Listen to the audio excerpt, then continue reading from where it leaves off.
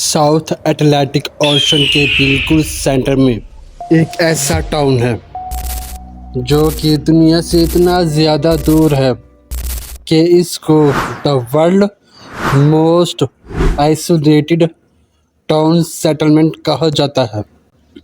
यहाँ सिर्फ 250 के करीब लोग रहते हैं।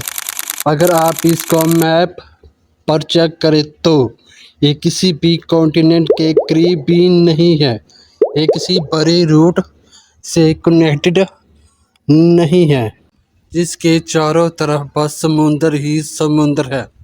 ये बस छोटा सा एक वोल्केनिक टाइम पीस है जो कि सबसे करीब आबाद ज़मीन सेंट हेलेना आइलैंड है जो इसके 2400 किलोमीटर दूर है।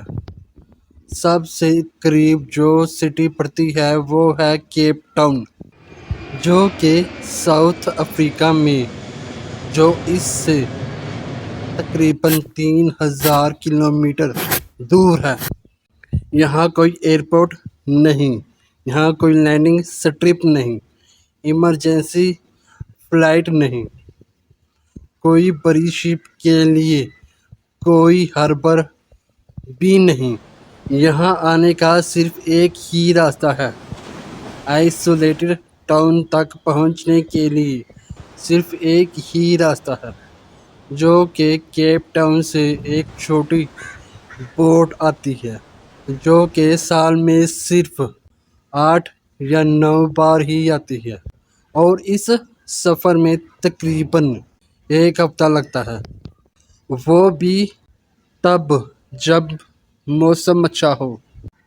लेकिन सबसे इंटरेस्टिंग बात तो ये है आप कुछ भी कर ले आप यहाँ नहीं रह सकते।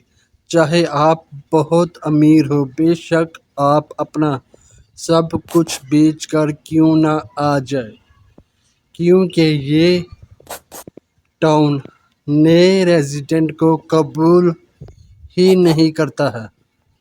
यहाँ पर बाहर से आकर कोई रह नहीं सकता। तो दुनिया के इस किनारे पर रहने वाले लोग आखिर है कौन और पिछले 200 सालों से क्यों रह रहे हैं और इन्होंने ये आइलैंड 2 दफ़ा खाली क्यों कर दिया था और ये वापस आखिर क्यों आए थे। इस कहानी का आगाज़ होता है एक फेमस पर्सनालिटी से, नेपोलियन बोनापार्ट से।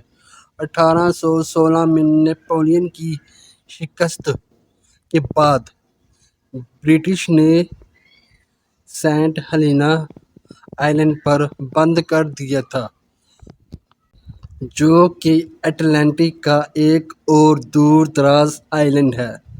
फिर ब्रिटिश थोड़ा घबरा गए।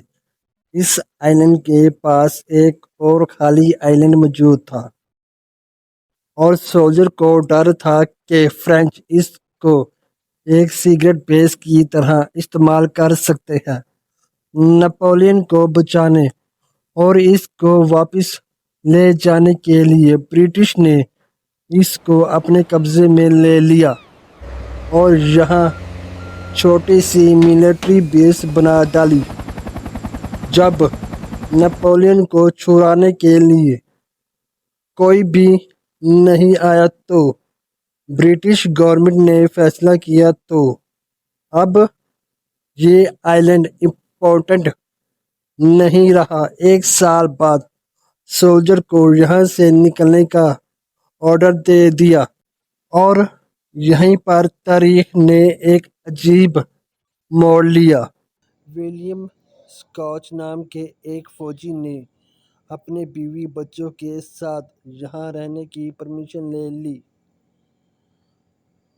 और वो इस गांव के फाउंडर बन गए और फिर यहाँ वक्फे से लोग आते रहे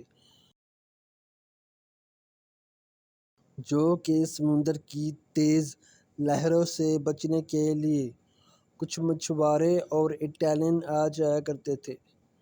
फिर वो यहाँ पर जानबूझकर रुक गए یہاں سے واپس جانے کا نام نہیں لیتے تھے۔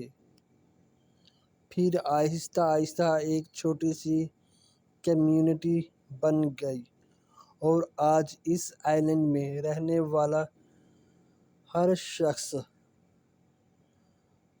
ساتھ فیملی نام سے ہی جانا جاتا ہے، اور یہاں یہ لوگ سکون سے رہتے ہیں۔ یہاں کوئی فائنینشیل سسٹم نہیں تھا، یہاں پر کوئی کرائم نہیں، امیر غریب کا کوئی فرق نہیں، سب کا مل بانٹ کر ہوتا تھا۔ ٹولز بھی مل بانٹ کر استعمال کیے جاتے تھے۔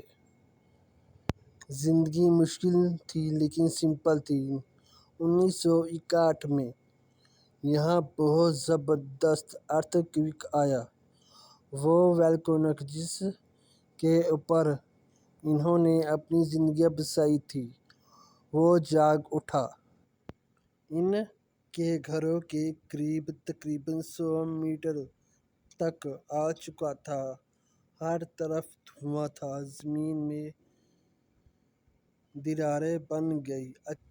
اچانک پرسکون رہنے کے لیے بہت خطرناک بن گیا۔ یہاں پر رہنے والے 250 لوگوں کو فوراً ایک قریبی آئی لینڈ پر لنڈن ان کو شفٹ کر دیا گیا۔